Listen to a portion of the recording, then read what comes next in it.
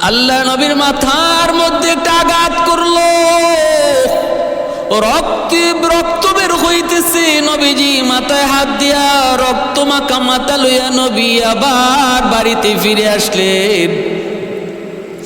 বাইরে বন্ধুরা একজন মহিলা দেখছে এই দৃশ্যটা, একটা মহিলা দেখছে। মায়ার নবী কারো কাছে কোনো অভিযোগ দেন না। এইদিকে কি হলো, আল্লাহর নবীর আপন চাচা আমির হামজা, তিনি তো নবীর সমবয়সী, আল্লাহর নবীর বয়সের সমান, কিন্তু আমির হামজা তিনি তখন ধর্মকর্ম কিছুই করেন না, কিছু বুঝেন না, শিকারী, শুধু শিকারের পাগল, শিকারে যান। ওই দিন আমির হামজা শিকারে গেছেন। এইদিকে ভাতিজা মুহাম্মদের সাথে মহব্বত আছে, ভালোবাসা আছে, সমসাময়িক বাল্যকালের বন্ধু আমির হামজা, কোনো খবর নাই। এইদিকে আমার নবীর বিরুদ্ধে তো ষড়যন্ত্র, নবীর শরীরে পর্যন্ত দুশমন আঘাত করার সাহস পায়, এই খবর আমির হামজার নাই। তিনি জঙ্গলে শুধু শিকারে মগ্ন। ওই দিন আমির হামজা শিকারে বের হয়েছেন, শিকার করতে যাবেন, হরিণকে তিনি তীর মারবেন। অমনিতি আল্লাহ পাক হরিণীর জবান আল্লাহ খুলে দিলেন। হরিণীটা ডাক দিয়ে কই, এরে আমির হামজা, একটা মাত্র তীর, একটা মাত্র তীর তোমার কাছে আছে, আর কোনো তীর নাই, সব তীর তুমি শেষ করে দিয়েছো, কিন্তু তুমি কোনো শিকার পাও নাই, আছে শুধু তোমার কাছে একটা তীর। এই তীরটা আমার জন্য নয়, এই তীর তুমি আবু জাহেলের জন্য রেখে দাও। কারণ খবর লইয়া দেখো, তোমার ইয়াতিম ভাতিজা মুহাম্মদের গায়ে আবু জাহেল আঘাত করে রক্ত জড়ায় দিছে রে। এ হামজা, তাড়াতাড়ি করে তুমি মক্কায় যাও, জয়া ভাতিজা রক্তের বদলা নেও। আমির হামজা হরিণীর কাছ থেকে খবর পায়া তিনি মক্কায় আসলেন। আইসে দৌড় দিয়া নবীর ঘরে ঢুকলেন। ঘরে ঢুকার আগে তিনি আওয়াজ পাইলেন, কান্নার আওয়াজ। আম্মা জান খাদিজাতুল কুবরা রাদিয়াল্লাহু তাআলা আনহা তিনি কান্দেন। আম্মা দান কাঁদতেছেন আর বলতেছেন, আজ আমার স্বামী এতিম, আমার স্বামীর কেউ নাই, বিদায় আজকে আবু জাহেল আমার স্বামীরে মারলো, আমার স্বামীর বুঝি কেউ নাই, আমার স্বামীর পক্ষে একটু সাহায্য করার মতো বুঝি মক্কায় কেউ নাই। কইয়া আম্মাদান খাদিজাতুল কুবরা কাঁদতেছেন। ওই মুহূর্তে আমির হামজা ডইকে বলেন, খাদিজা থামো,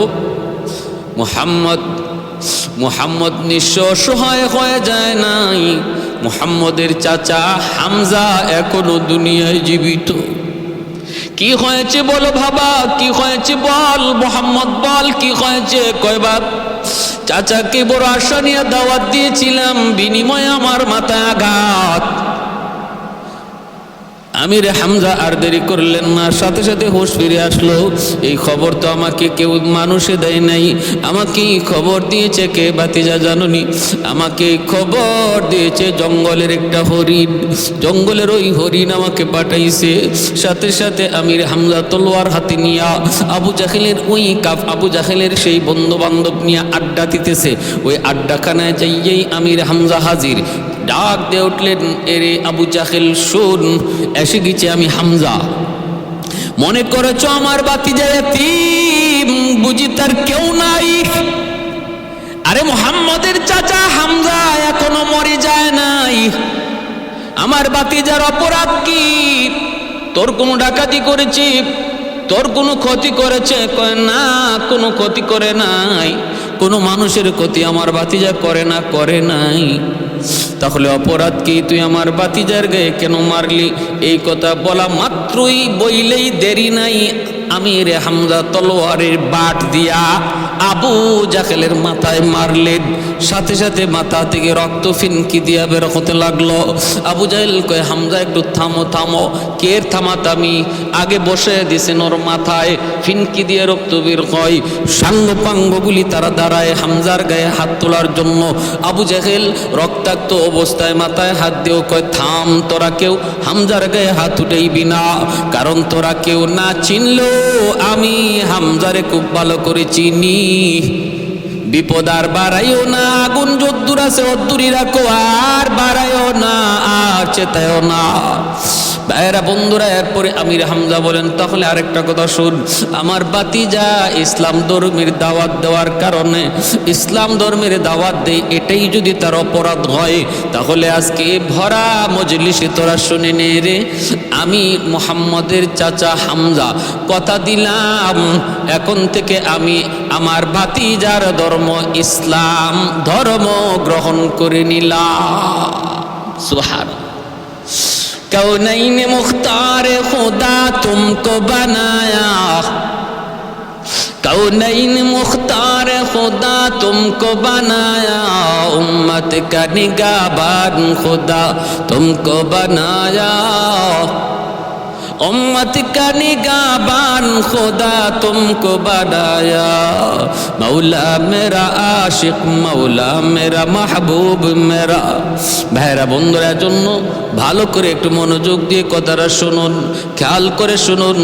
আমির হামজা তিনি কালেমা পড়ে মুসলমান হয়েছেন। আল্লাহর নবী, রহমতের নবী, এই খবর পেয়ে নবীজির বুকের সাহস বেড়ে গেল। নবী বলতেছেন, চাচা যান, আমার মাথার আঘাতের কথা ভুলে গেছি, আমার মনে কোনো কষ্ট নাই, আমার চাচাকে আমি আমার সাথে পেয়ে গেছি। এই আবু জাহেল বদরের ময়দানে টার্গেট লইল দুইটা ছোট্ট বালক, 10 বছর 12 বছরের দুই ভাই। নবীর সাহাবী আব্দুর রহমান ইবনে আউফ রাদিয়াল্লাহু তাআলা আনহুকে বদরের ময়দানে যাইয়া তারা ডাক দিয়া কই, ইয়া আম্মি আরিনি আবা জাহেল, চাচা যান আবু জাহেল কোনটা একটু দেখা দেন। আব্দুর রহমান ইবনে আউফ রাদিয়াল্লাহু তাআলা আনহু কয়, এ বেটা, তোমরা আবু জাহেলকে দিয়ে কি করবা? দুই ভাই কই, চাচা যান, আমরা সিদ্ধান্ত নিয়েছি, আমরা ছোট্ট মানুষ, বেশি কাম করতে পারবো না, বেশি টার্গেটও নিতে পারবো না, টার্গেট আমরা দিব একজন। দুনু ভাই আমরা একমত, টার্গেট আজকে আমাদের আবু জাহেল। হয় বদরের ময়দানে আমরা জীবিত থাকবো, নতুবা আবু জাহেল জিন্দা থাকবে। ওই যে দেখো ঘোড়ার পিঠে সওয়ার, বড় বড় বড় বড় ধমকি দিচ্ছে, আওয়াজ দিচ্ছে, শাউট করছে, ওর নামই হলো আবু জাহেল। ফাঁকে ফাঁকে ফাঁকে ফাঁকে ফাঁকে ফাঁকে দুনো ভাই কোনো রকম আবু জাহেলের গোড়ার কাছে যায় হাজির। এক ভাইয়ের হাতে, দুনো ভাইয়ের হাতে খেজুরের ডাল, এক ভাই খেজুরের ডাল দিয়া আবু জাহেলের ঘোড়ার পায়ে মারলেন। সাথে সাথে আল্লাহ পাক খেজুরের ডালটাকে তলোয়ার বানায় দিলেন, পা কেটে গেল, আবু জাহেল দপার দিয়া মাটিতে পড়ে গেল। আরেক ভাইয়ের হাতে ছিল আরেকটা খেজুরের ডাল, উনিও আর দেরি নাই, আল্লাহু আকবার বইলা আবু জাহেলের বুকে বসায় দিলেন, ওই ডালটারও তলোয়ার বানায় দিছেন আল্লাহ। মুহূর্তের ভিতরে আবু জাহেল খতম। এইদিকে ভাইয়েরা বন্ধুরা, নবীর সাহাবী হযরত আব্দুল্লাহ ইবনে মাসউদ রাদিয়াল্লাহু তাআলা আনহু তিনি দেখতেছেন, হায় হায় হায়, কি ব্যাপার, ছোট্ট দুই বালক আবু জাহেলের মতো অহংকারীর মাটিতে শোয়া দিছে। দৌড়ায় তিনি কাছে আসলেন, আবু জাহেলের বুকের উপরে পয়সা বলতেছেন, একটু বল তো দেখি, কে তোকে খতম করেছে, কে খতম করেছে জানোসনি? বহু অহংকারী দেখাইছিল দুনিয়ায়, অহংকার অহংকার, আল কিবরিয়া রিদাই, অহংকার শুধু আমার আল্লাহর পোশাক, আল্লাহর পোশাক, এই পোশাক নিয়ে কেউ টানাটানি করবা না। আল্লাহ পাক রব্বুল আলামিনের পক্ষে অহংকার করা শুধু সাজে, মানুষের পক্ষে অহংকার করা সাজে না। নবীর সাহাবী বলতেছে, দেখ অহংকারীর পতন আল্লাহ কিভাবে ঘটায়। আমার মতো কোনো বীর বাহাদুর তোরে খতম করে নাই রে, তোরে খতম করেছে ওই ছোট্ট দুইটা বালক। ওই যে দেখ দাঁড়ায় আছে ছোট্ট দুইটা বালক। ভাইরা বন্ধুরা, এইবার আবু জাহেল কই, তুই আমাকে এখন কি করবি? আব্দুল্লাহ ইবনে মাসউদ বলেন, আমি তোর কল্লা কাটবো, কল্লা কেটেই কল্লা নবীর দরবারে নিয়ে যাব। আবু জাহেল মাটি থেকে পইরা জান যায় ওই অবস্থায় কয়, আমার কল্লাটা যখন কাটবি গুড়িতে লাগায়া কাটবি, একদম চামড়াতে লাগায়া দেহের সাথে লাগায়া কাটবি, যেন আমার কল্লা দেখতে বড় দেখা যায়, মাথাটা দেখতে যেন বড় দেখা যায়। যে ওই দেখে আমার মাথা দেখে যেন চিনে ফেলে এটা নেতার মাথা, একটু বড় করে কাটবি। নাউজুবিল্লাহি মিন যালিক। মৌতের সময়ও অহংকার যায় না, মৌতের সময়ও অহংকার যায় না। আব্দুল্লাহ ইবনে মাসউদ গুড়িতে লাগায়া কল্লাটা কাটলেন, যেভাবে চাইছিল এইভাবেই কল্লাটা কাটলেন। এরপরে কানের এই পাশ দিয়ে তিনি তলোয়ার ঢুকাইলেন, ওই পাশ দিয়ে তলোয়ার বের করলেন। তলোয়ারের আগায় তলোয়ারের মাথার মধ্যে আবু জাহেলের কল্লা লইয়া আল্লাহর নবীর দরবারে আইসা বলতেছেন, নবী গ নেন গো নবী, আবু জাহেলের মাথা নেন। আল্লাহর নবী দেখে বলতেছেন, হাদা রাসু আদুই ওয়া আদুইল্লাহ, এটা মানুষের কোনো মাথা নয়, এটা আল্লাহ এবং তার রাসূলের দুশমনের মাথা। ওই অবস্থায় হযরত জিবরাইল আমিন নবীর সামনে দাঁড়ায় তিনি হাসতেছেন। আবু জাহেলের কল্লার দিকে তাকায়া জিবরাইল আমিন বসে বসে হাসতেছেন। নবী তখন জিজ্ঞেস করেন, ভাই জিবরাইল হাসো কেন? জিবরাইল কয়, নবী গো হাসতেছে এজন্য, যেই বালক যেই সাহাবী আব্দুল্লাহ ইবনে মাসউদ সে কম মাথাটা আপনার দরবারে নিয়ে এসেছে দুটা কান ছিদ্র কইরা। এই আব্দুল্লাহ ইবনে মাসউদ যখন ছোট্ট ছিল, বালক ছিল, কাবা ঘরের সামনে কোরআন তিলাওয়াত করার অপরাধে আবু জাহেল তার একটা চর মারছিল, থাপ্পড়। এক থাপ্পড়ে তার একটা কান বধির হয়ে গেছিল। আজও পর্যন্ত আপনার সাহাবী আব্দুল্লাহ ইবনে মাসউদ এক কানে কম শুনে। আবু জাহেলের থাপ্পড়ের কারণে অপরাধ ছিল আল্লাহর কালাম তিলাওয়াত। ওই দিন আপনিও কানছেন, আমি জিবরাইলও কানছি, কিন্তু আসমানের মালিক ওই দিন হাসতেছিলেন। আমি তখন বলেছিলাম, মালিক তুমি হাসো, তোমার কোরআন তেলাওয়াত করার অপরাধে আব্দুল্লাহ মাইর খায়, আমরা কান্দি, আব্দুল্লাহ কান্দে, আর তুমি বুঝি হাসো। আল্লাহ তখন বলতেছিলেন, রে জিবরাইল তোমরা তো এখন দেখো, সামন দেখো না, বর্তমান তোমাদের সামনে ভবিষ্যৎ নাই। দেখি বদর দেখি, আমি আল্লাহ বর্তমানও দেখি, ভবিষ্যৎও দেখি। যেই বালকটারে আজকে আবু জাহেল থাপ্পড় দিয়া তার কান নষ্ট করে দিয়েছে, আমি আল্লাহ দেখতেছি বদরের ময়দানে এই আব্দুল্লাহ আবু জাহেলের দুটা কান নষ্ট করবে, তলোয়ার ঢুকাইয়া এক কানের বদলা নিবে দুই কান। এজন্য আমি আল্লাহ হাসতেছি। ওগো নবীজি, আজ আমি দেখলাম নিজের চোখে আবু জাহেলের দুটা কান নষ্ট করেছে আপনার সাহাবী আব্দুল্লাহ ইবনে মাসউদ, যার একটা কান নষ্ট করেছিল আবু জাহেল। আল্লাহু আকবার। হযরত আব্দুল্লাহ ইবনে মাসউদ রাদিয়াল্লাহু তাআলা আনহু তিনি বলতেছেন, ইয়া রাসূলুল্লাহ, ওগো নবীজি, এই যে নেন আপনার চাচারও আমি বন্দি করে নিয়ে আসলাম। নবীজির চাচা হযরত আব্বাস রাদিয়াল্লাহু তাআলা আনহু, ইনিও বদরের ময়দানে নবীর হাতে বন্দি। বদরের যুদ্ধটা ছিল এমন এক যুদ্ধ, ভাইয়ে ভাইয়ে যুদ্ধ, বাপ বেটায় যুদ্ধ, চাচাবাতি যায় যুদ্ধ। আবু আজিজ ইবনে বদরের যুদ্ধে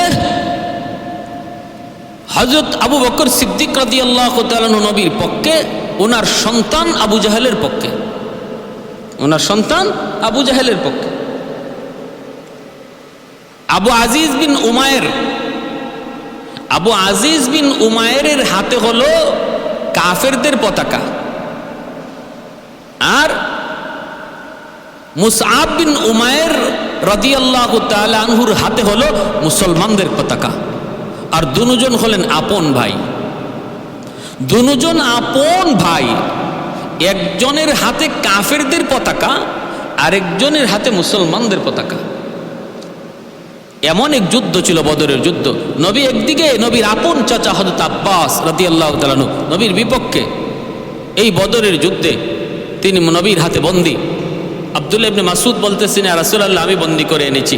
নবীজি বলেন, ভালো কথা। সাথে সাথে নবীর চাচা বলেন, ভাতিজা, তুমি কি বিশ্বাস করেছো তোমার সাহাবী আব্দুল্লাহ তোমার চাচা আব্বাসকে বন্দী করে এনেছে? এটা কি তোমার বিশ্বাস হয়? নবী বলেন, চাচা, বিশ্বাস তো হয় না, কিন্তু দেখতেছি তো তাই। চাচা বলতেছে, না ভাতিজা, না না ভাতিজা, না। এ ভাতিজা, কে আমাকে বন্দী করেছে তাকে কিছুক্ষণ আমি এখানে দেখেছি। বলে কোথায়? কয় আবু জাহেলের মাথার পাশে বসে বসে মুচকি হাসতেছিল মানুষের স্রোতে। অপরিচিত একটা মানুষ আবু জাহেলের কল্লার পাশে বসে বসে মুচকি হাসতেছিল। মানুষটা এখন কোথায়? সে আমাকে বন্দী করে এনেছে। আল্লাহর নবী বলেন, আল্লাহু আকবার, আল্লাহু আকবার। চাচা যান, ইনি তো মানুষ নন, ইনি মানুষের বেশে এসেছেন ফেরেশতাদের সরদার কমান্ডার জিবরাইল আমিন। তখনই আব্বাস বলতেছে, ভাতিজা, বদরে আমরা যা দেখেছি তোমরা তা দেখো নাই রে। মাত্র রওনা দিছি, মাত্র রেডি হয়েছি মুসলমানের গায়ে আঘাত করব। হঠাৎ করে দিকে আকাশ থেকে সাদা পাগড়ি, সাদা পাঞ্জাবি পরে ঘোড়ার উপরে সওয়ার আমার সামনে নাজিল হইয়া আমার গর্দানের মধ্যে তলোয়ার ধরছে। কই, তলোয়ারটা ফালাইয়া দে, তীরটা ফালাইয়া দে, নতুবা এখনই দ্বিখণ্ডিত করে ফেলবো। এই অবস্থায় সামনের দিকে আগাই। হঠাৎ দেখি পিছনে কে যেন আমার পিছনের মধ্যে তলোয়ার ধরছে। কয়েকটা কদম সামনে দিবি না, একটা কদম সামনে দিবি না। এমন অবস্থা বদরে আমরা দেখেছি, তোমরা তা দেখো নাই। তাদের হাতে আমরা পরাজিত হয়েছি। এরা কারা? এরা হলেন আল্লাহর পাঠানো নূরের তৈরি ফেরেশতা। আল্লাহ পাক কোরআনুল কারীমের সূরা আনফালের মধ্যে বলেছেন 1000, 3000, পর্যায়ক্রমে 5000 ফেরেশতা আল্লাহ পাক বদরের যুদ্ধে নাজিল করেছিলেন। কমান্ডার ছিলেন জিবরাইল আমিন, কমান্ডার ছিলেন জিবরাইল আমিন। এজন্য ভাই বলতেছি, একটু ভালো করে শুনুন।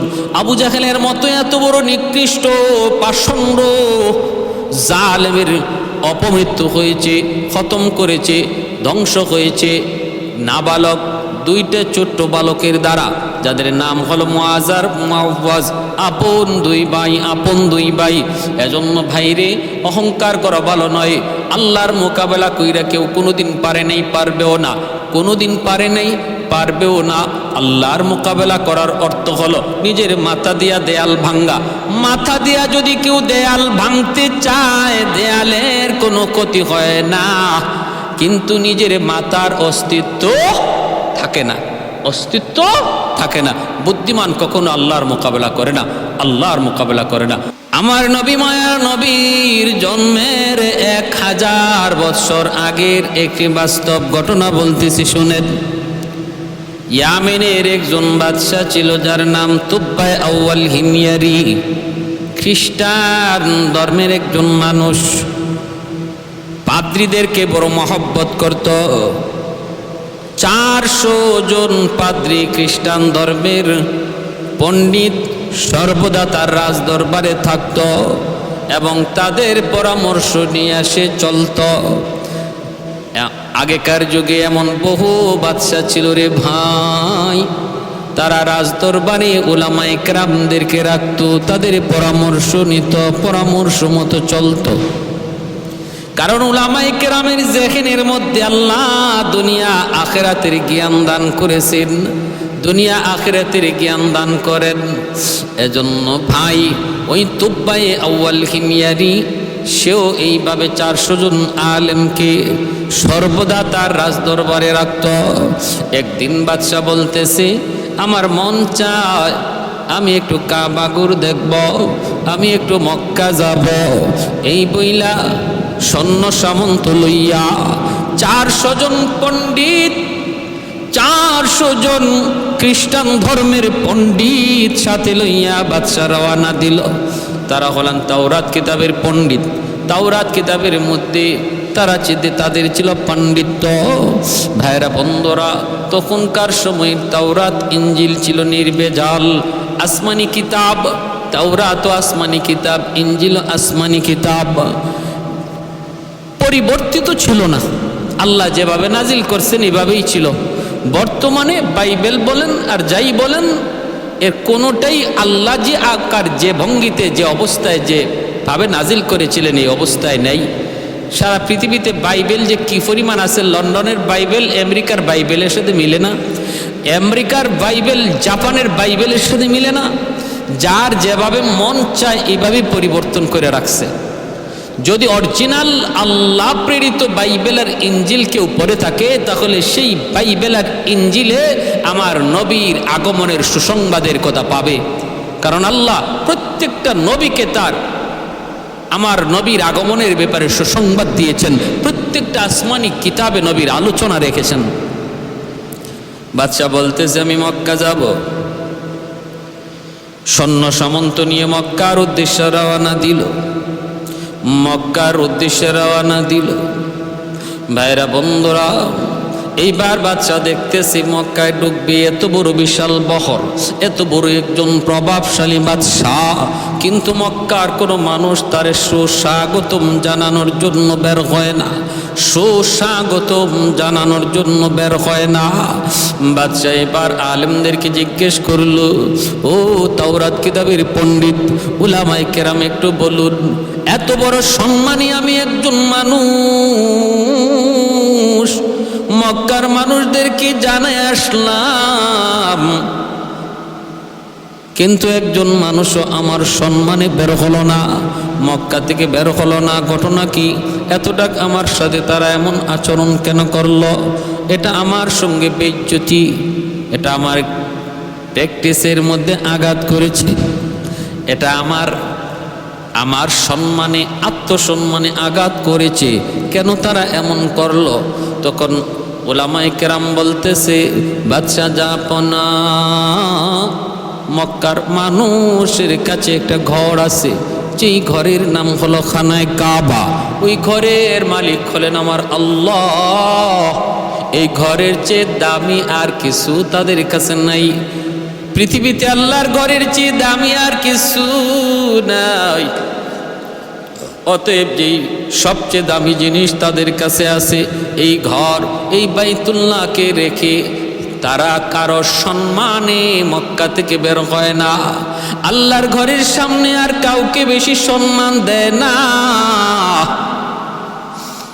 এজন্যই তারা আপনার সম্মানে বের হয় নাই। মূলত ওরা ভালো মানুষ, ওরা খারাপ মানুষ নয়। এইভাবে যখন বলতেছে, বাদশার কোনোভাবেই বোঝ হয় না। বাদশার রক্ত মাথায় উঠে গেছে, তোব্বায় আউয়াল হিমিয়ারি, রক্ত মাথায় উঠে গেল। না না, আমি মানতে পারলাম না, বিষয়টা আমি মেনে নিতে পারলাম না। যেই ঘর আমার সম্মানে বাধা হয়ে দাঁড়ালো, ওই ঘরটা আমি দেখব, এই ঘরটা প্রয়োজনে আমি রাখবো না, এই ঘর আমি প্রয়োজনে রাখবো না। যেই ঘর আমার সম্মানে বাধা হয়ে দাঁড়ালো, খানায় কাবার সামনে চলে আসলো। উলামায়ে কেরাম বারবার নিষেধ করে, বাদশাহ খবরদার, আগুন নিয়ে খেলা করুন না। সব জায়গায় খেলা করা যায় না, সব জায়গায় হাত দেওয়া যায় না। একটু বুঝে শুনে হাত দিতে হয়। হাত দেওয়ার আগে ভাবতে হয় হাত ফেরত আনা যাবে কি যাবে না। বুদ্ধিমান এটা বুঝে হাত দেয়। আল্লাহর ঘরে যদি তুমি হাত দাও, আমরা তাওরাত কিতাব পইরা যদ্দূর বুঝলাম, তোমার হাত ফেরত আসবে না রে, হাত ফেরত আসবে না। কারণ এই ঘর দুনিয়ার কোনো মানুষের ঘর নয়, এই ঘরের মালিক হলেন স্বয়ং আল্লাহ। এই ঘর আল্লাহ নিজে বানাইছেন। এই ঘর হলো পৃথিবীর মধ্যভূমি। এই ঘরের উপরেই হলো বাইতুল মামুর, যেই ঘরের চতুর্দিকে ফেরেশতারা সর্বদা তওয়াফ করে। আর জমিনে আল্লাহর ঘর, এই খানায় কাবার চতুর্দিকে মানুষ তওয়াফ করে। এই ঘর, এটা আগুন নিয়ে খেলা করো না বাদশা, সব নিয়ে তামসা করা যায়, কিন্তু আল্লাহর ঘর নিয়ে কোনো তামসা করা যায় না। বাদশাহ বলতেছে না না, আমি মেনে নিতে পারতেছি না, আমি মানতে পারি না বইলা সে তার শক্তি সামর্থ্য দেখাইয়া আল্লাহর ঘর বাইতুল্লাহর দিকে হাত দিয়ে দিল। যেই মাত্র অসম্মানের সাথে আল্লাহর ঘর বাইতুল্লাহ মাত্র হাত দিল, সাথে সাথে আল্লাহ পাকের গজব নাজিল, আল্লাহ পাকের গজব নাজিল। চোখ দিয়া, মুখ দিয়া, নাক দিয়া, কানের ছিদ্র দিয়া, বডির যতগুলা ছিদ্র সমস্ত ছিদ্র দিয়া ফিনকি দিয়া রক্ত বেরোতে লাগলো। রক্ত, চোখ দিয়া রক্ত বের হয়, মুখ দিয়া রক্ত বের হয়, নাক দিয়া রক্ত বের হয়, কান দিয়া রক্ত বের হয়। ব্যথায় আর যন্ত্রণায় ছটফট করে করে চিল্লাইতে লাগলো আর বলতেছে, ও উলামায়ে কেরাম রে, আমি বুঝি নাই, আমি তো বুঝি নাই, আমি তো গড় চিনি নাই, আমি তো সাধারণ গড় মনে করেছি, আমাকে তোমরা বাঁচাও, আমাকে বাঁচাও। উলামায়ে কেরাম বলতেছে, আমরা তো কতবার বললাম তুমি এমনটা করো না, আমাদের কথা তুমি মানলা না, এখন উপায় কি হবে? কই আপনারা বলুন। তখন উলামায়ে কেরাম বলতেছে, আল্লাহর ঘরখানা আবার ধরো, দইরা বলো, আল্লাহ ভুল করেছি, আমাকে মাফ করে দাও। কারণ তিনি হলেন গফফার, তিনি হলেন গাফির, তিনি হলেন গফুর। বড় বড় অপরাধীকেও আল্লাহ পাক ক্ষমা করে দেয়, তার গফফার নামের খাতিরে আল্লাহ মাফ করে দেয়। আল্লাহ পাক রব্বুল আলামিনের দরবারে যখন আবার হাত বাড়াইয়া যখন মাপ চাইল, আল্লাহ পাক রব্বুল আলামিন তিনি তো দয়ার সাগর, তার নাম তো রহমান, তিনি তো রহিম, তিনি আর রহমুর রহিমিন। তওবাকারী তওবা করা মাত্রই আল্লাহ পাকের কুদরতি দিল নরম হয়ে যায়। আত-তাইবু মিনাদ যামবি কামান লা যামবা লাহ, ইন্নাল্লাহা ইউহিব্বুত তাওয়াবিনা ওয়া ইউহিব্বুল মুতাতাহিরিন। আল্লাহ পাক রব্বুল আলামিন তওবাকারীদেরকে আল্লাহ পাক মহব্বত করেন, ভালোবাসেন। ঠিক তেমনিভাবে আল্লাহ যারা গুনাহ করে না তাদেরকে আল্লাহ ভালোবাসেন। তওবাকারীর ভালোবাসার কথা আল্লাহ আগে আনছেন। এজন্য তুব্বায়ে আউয়াল হিময়ারি যখনই সে তওবা করলো, আল্লাহ পাক রব্বুল আলামিন তার তওবা কবুল করে নিলেন। এ ভাই, সাথে সাথে রক্ত পড়া বন্ধ হয়ে গেল, সাথে সাথে রক্ত পড়া বন্ধ হয়ে গেল। ও ভাইরা, একটু খেয়াল করে মনোযোগ দিয়ে শুনো রে। আল্লাহর ঘরের প্রতি তার তাজিম, তার সম্মান বেড়ে গেল। যেই ঘরের প্রতি কিছুক্ষণ আগে ছিল তার খারাপ ধারণা, মুহূর্তের ভিতরে পরিবর্তন। এইবার বলতেছে, উলামায়ে কেরাম, আমি আল্লাহর ঘরের একটু খেদমত করতে চাই গো, এই ঘরের একটু খেদমত করতে চাই। বলে কেমনে? কয়, আমি আল্লাহর ঘরের গিলাফ লাগায়া দিতে চাই। বাদশাহ তুব্বায়ে আউয়াল হিময়ারি আমার নবীর জন্মের 1000 বছর আগে আল্লাহর ঘরখানায় কাবার গিলাফ সর্বপ্রথম লাগালো। এর আগে আল্লাহর ঘরে গিলাফ ছিল না। ওই তুব্বায়ে আউয়াল হিময়ারি নবীর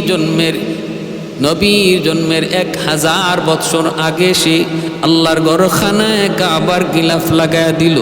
ভাইরা বন্ধুরা, ওই গিলাফ আজও আছে, তখনও ছিল, কিয়ামত পর্যন্ত থাকবে।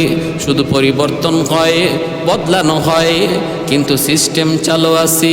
ভাইরা বন্ধুরা, কিছুদিন মক্কায় থাকলো, বিভিন্ন জায়গায় সে ঘুরলো। আমার নবী, রহমতের নবী, মায়ার নবী, তিনি যেই জায়গায় জন্ম নেবেন, তাওরাত কিতাবে যেখানে উল্লেখ রয়েছে জন্মস্থানটা, তারা তাওরাতের আলেমরা বাদশাকে দেখালো। আল্লাহর নবীর বিভিন্ন স্মৃতি। ভাইরা বন্ধুরা, মক্কার জমিনে ওই স্মৃতিগুলোও তারা দেখাইলো, একে একে স্মৃতিগুলা সব দেখা দিল। কিছুদিন পরে এবার বাদশাহ বলতেছে, উলামায়ে কেরাম চলেন একটু আমরা আরো একটু সফর করি, আরো একটু সফর করি, মক্কা থেকে বের হই। মক্কা থেকে বের হয়ে গেল কাফেলা নিয়া, এমন এক রাস্তা দিয়ে রওনা দিয়েছে যেই রাস্তাটা হবে আমার নবীর হিজরতের রাস্তা, মদিনায় হিজরতের রাস্তা।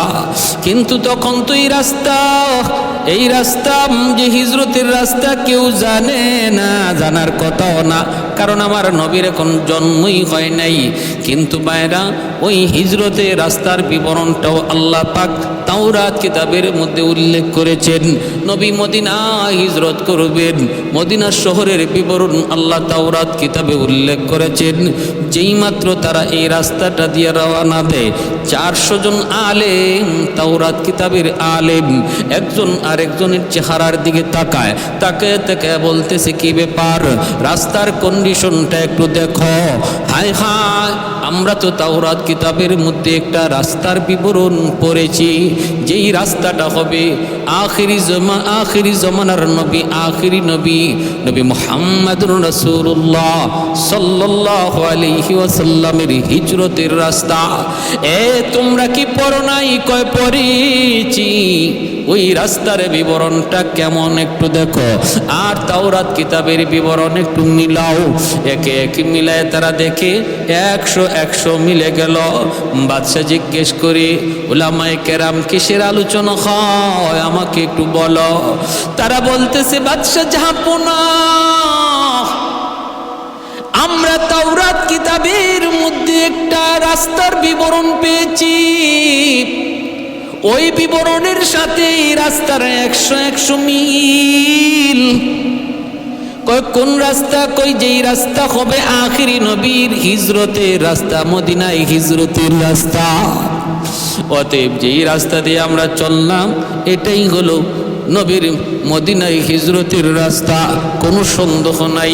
তাহলে এই রাস্তা দিয়ে চললে আমরা মদিনায় যেতে পারবো, যেই দেশে আমার নবী, যেই দেশে আখিরি নবী হিজরত করবেন এবং মদিনায় তিনি শুয়ে থাকবেন অনন্তকাল, কিয়ামত অবধি তিনি মদিনায় শুয়ে থাকবেন। জন্ম নেবেন মক্কায় কিন্তু শুয়ে থাকবেন মদিনায়। ওই মদিনা শহরে আমরা একটু যেতে চাই। সামনের দিকে আগালেন। শহরের তো কোনো অবস্থান নাই, শহরের কোনো আকার নাই, আকৃতি নাই, ঘর নাই, বাড়ি নাই। কিন্তু একটা জায়গায় গেলেন, আবহাওয়ার দিকে তাকাইলেন, কন্ডিশনের দিকে তাকাইলেন। তাকায় তারা একজন আরেকজনকে বলেন, দেখো জায়গাটা একটু দেখো, দেখো কত সুন্দর খেজুরের বাগান, দেখো পাহাড় দিয়ে চতুর্দিকে ঘেরা, জায়গাটা একটু পর্যবেক্ষণ করো, আবহাওয়াটা একটু দেখো। সবগুলা দেখা তারা সিদ্ধান্ত নিল, তাওরাত কিতাবের মধ্যে মদিনা শহরের যে বিবরণ আল্লাহ পাক উল্লেখ করেছেন, মদিনা শহরের আবহাওয়ার যে বিবরণ আল্লাহ দিয়েছেন, এর 100 মিল এই জায়গার মধ্যে পাওয়া যাইতেছে। সাথে সাথে তারা বাদশাকে ডাক দিয়ে কয়, বাদশা জাহাপনা, মদিনা শহরের খবর পেয়ে গেছি, মদিনা শহরের সন্ধান আমরা পেয়ে গেছি। অতএব আমরা সিদ্ধান্ত নিয়েছি আমরা আর ইয়ামেন ফিরে যাব না গো, এই জায়গায় আমরা থেকে যাব, এখানে আমাদের কবর হবে এবং আখিরি নবীও এই জায়গায় শুয়ে থাকবে। আমাদের কবর হবে মদিনায়, আর কবরের পার দিয়া রহমতের নবী তিনি পায়ে হেঁটে যাবে, এতে আমরা ধন্য হব, আমরা ইয়ামিন আর ফিরে যাব না। বাদশা বলতেছে, তাহলে আমি কি করব? কয় আপনি ফিরে যান। বাদশা বলে, আমারও তো মন চায় গো, আমারও তো মন চায় আখিরি নবী রহমতের নবী যেই দেশে হিজরত করে আসবেন এবং চিরদিনের জন্যই এই দেশে থেকে যাবেন, এই দেশেই তিনি শুয়ে থাকবেন, যেই জমিনে আখিরি নবী রহমতের নবী শুয়ে থাকবেন, আমারও তো মন চাই এই জমিনে আমিও শুয়ে থাকি। কিন্তু এত বড় রাজত্বের জিম্মাদারি কি করি? উলামায়ে কেরাম বলেন, আপনি জিম্মাদারি ফালায়া থাকতে পারেন না, আপনি চলে যান। বাদশাহ তিনি চলে যাবেন আর বলতেছেন আমি আপনাদের জন্য 400টা ঘর বানায় দিয়া যাই। 400 আলেমের জন্য 400 ঘর বানায় দিল।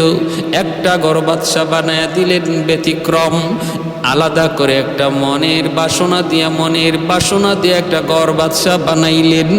এত সুন্দর করে বানাইলেন, ওলামা একরাম জিজ্ঞেস করে এই ঘর কার জন্য বানাইতেছেন?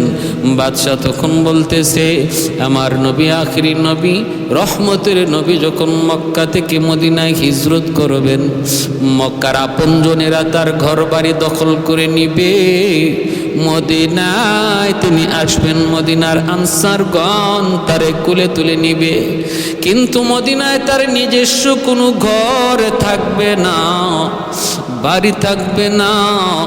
আনসারগণ সবাই যার যার বাড়িতে নিতে চাবেন। আমার মন চায় আমি নবীর জন্মের 1000 বছর আগে মদিনায় নবীর জন্য একটা ঘর বানায়া যাব,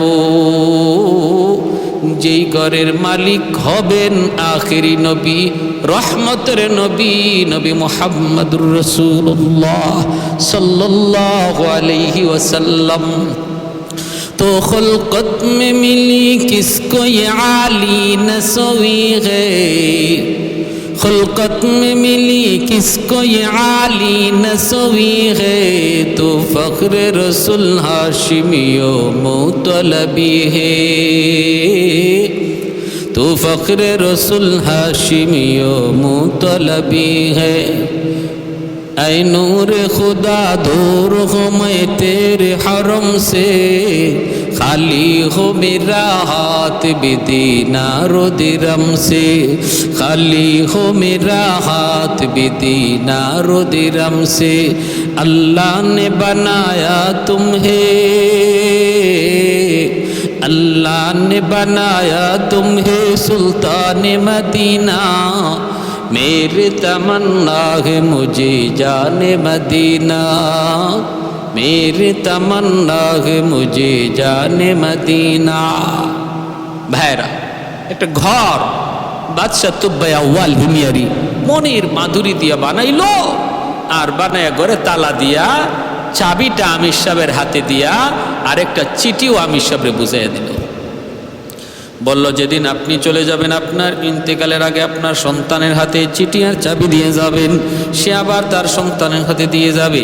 এই চিঠি আর চাবি আপনাদের কাছে আমানত, আপনাদের কাছে আমানত। বাইরা বন্ধুরা, এই চিঠি আর চাবি আমানত বুঝে দিলাম আপনাদের হাতে। এই বইলা বাদশাহ চলে গেল। দিন যায়, রাত যায়, মাস যায়, বছর যায়, আমার নবী, রহমতের নবী, মক্কার জন্মভূমিতে নবী আগমন করলেন। মায়ার নবী 40 বছর বয়সে নবী এইবার নবুয়তি পেলেন। কওমের লোককে তিনি দাওয়াত দিলেন, কওমের লোককে তিনি দাওয়াত দিলেন, ইয়া আইয়ুহান নাস কুলু লা ইলাহা ইল্লাল্লাহ তুফলিহুন। ও মানুষ সকল, তোমরা এক আল্লাহকে বিশ্বাস করো, সফল হয়ে যাও। মানে না, কওমের লোকগুলি মানে না, তো মানে না, নির্যাতন আর নির্যাতন। এক পর্যায়ে নবীকে জন্মভূমিতে থাকতেই দিল না আবু জাহেলের দল। আমার নবী, মায়ার নবী জন্মভূমিতে থাকতে কার না অধিকার আছে? যে যার ধর্ম পালন করবে, কিন্তু জন্মভূমিতে থাকার অধিকার সবার, দেশ সবার, ধর্ম যার যার। বাংলার জমিন হিন্দু বসবাস করে, মুসলমান বসবাস করে, খ্রিস্টান বসবাস করে, সকল ধর্মের মানুষ এই দেশে বসবাস করবে। ধর্ম যার যার হবে, কিন্তু দেশ তো সবার হবে। দেশের ব্যাপারে কেউ ষড়যন্ত্র করব না, দেশের ব্যাপারে ষড়যন্ত্র করব না, কারণ দেশ হলো সবার। ভাইরা বন্ধুরা, আমার নবী মদিনায় হিজরত করার পরও এই আইন চালু করেছিলেন। ইহুদিদের সাথে নবীর সন্ধি হয়েছিল, তোমরা তোমাদের ধর্ম পালন করো, আমরা তোমাদের নিরাপত্তা দিব, প্রয়োজনে তোমাদের গির্জা পাহারা দেওয়া হবে, প্রয়োজনে তোমাদের উপাসনালয় পাহারা দেওয়া হবে, কিন্তু মদিনার শহর হলো আমাদের সবার। মদিনার কোনো ক্ষতি যেন আমাদের দ্বারা কারো না হয়, অথবা মদিনা যদি দুশমনের দ্বারা আক্রান্ত হয়, আমরা তখন আমাদের যার যার ধর্ম বলে তখন দেশ রক্ষার আন্দোলনে আমরা একসাথে ঝাঁপিয়ে পড়ব। বাংলাদেশ পাকিস্তানি হায়নাদের কাছ থেকে, পাকিস্তানি হানাদার বাহিনীদের কাছ থেকে মুক্ত করার জন্য দেশের তরে জীবন দিয়েছে মুসলমান, হিন্দু সহ বিভিন্ন ধর্মের মানুষ। কারণ দেশ রক্ষার ক্ষেত্রে ধর্মের কোনো বিভেদ নাই, সবাই এক, ধর্মের কোনো এখানে পাঠ নাই, সবাই এক। ভাইরা বন্ধুরা, এটা ইসলামের আদর্শ। ইসলামের আদর্শ মদিনার সনদের শিক্ষা, মদিনার সনদের শিক্ষা। আল্লাহর নবীকে মক্কায় থাকতে দেয় নাই শুধু নবী ধর্মের প্রচার করার কারণে। বলুন তো এটা ন্যায় হলো না অন্যায়? আন্তর্জাতিক মানের অন্যায়, খালি অন্যায় না, আন্তর্জাতিক মানের অন্যায়। এটা কোনো দেশে, কোনো আইনে, কোনো জাতিতে এর বৈধতা নাই। আল্লাহর নবী রহমতের নবী নিরুপায় হয়ে নবী মদিনা হিজরত করলেন। ভাইরা বন্ধুরা, কুবা এলাকা, মদিনার মানুষগুলি নারী পুরুষ সবাই আল্লাহর নবীকে সুস্বাগতম জানানোর জন্য মদিনার বাইরে চলে আসলো। আল্লাহর নবীকে সুস্বাগতম জানায় মদিনায় ঢুকাবে, কিন্তু একজন মানুষ তিনি আসেন না, তিনি শুধু ওই ঘরটা মুছামুছি করেন, পরিষ্কার করেন। তিনার নাম কি? তিনার নাম হলো আবু আইয়ুব আনসারী রাদিয়াল্লাহু তাআলা আনহু। তিনি কে? তিনি তো ওই সাহাবী যিনি হলেন ওই চিঠি আর চাবি, বংশ পরম্পরায় আমানত আস্তে আস্তে আবু আইয়ুব আনসারীর হাতে আইসা বসল। 1000 বছর আগে রেখে যাওয়া চিঠি আর চাবি সর্বশেষ বসল আবু আইয়ুব আনসারী রাদিয়াল্লাহু তাআলা আনহুর হাতে। তিনি ওই চিঠি আর চাবি হাতে রাখলেন আর ঘরটা শুধু মুছামুছি করেন। মানুষজন কইরে, আবু আইয়ুব তুমি কি মদিনার বাইরে যাবা না নবীকে সুস্বাগতম জানানোর জন্য?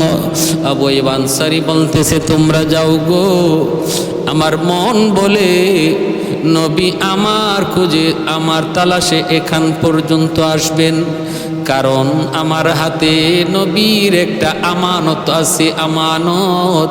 এই আমানতের খবর অবশ্যই আমার আল্লাহ তার হাবিবকে জানাবে, আর আমানত নেওয়ার জন্য নবী আমার কাছে আইসা পৌঁছবে। সুবহান। এ ভাই, আল্লাহর নবী কার বাড়িতে উঠবেন? সাহাবীরা একজন একজন করে নবীকে ডাকতে থাকে। নবী বলেন, আমি কারো বাড়িতে যাব না, কোথায় থাকবো, কোথায় যাব আমি কিছুই জানি না, জানেন আমার আল্লাহ আর জানে আমার উটনি। উটনির পিঠে নবী বসে গেলেন, উটনি নবীকে নিয়ে রওনা দিল।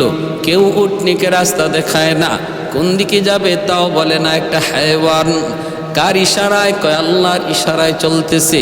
সামনের বাড়িওয়ালা মনের আশা নিয়ে বসা, হায় রে উটনিটা যদি আমার বাড়িতে একটু বসতো রে, আমার তো কপাল খুলে যাইতো। কিন্তু উটনি তার বাড়িটা পাস করলো, হতাশ হয়ে গেল। পরের বাড়িওয়ালা বড় আশা নিয়ে, বুক বাঁধা আশা নিয়ে বসা, তার বাড়িটাও পার হয়ে গেল। মদিনার অলি গলি দিয়া উটনিটা এমনভাবে হাঁটতেছে মনে হয় যেন প্রতিটা রাস্তাঘাট উটনির ভালো করে আগ থেকে চিনা, এমনভাবে সে হাঁটতেছে অলি গলি।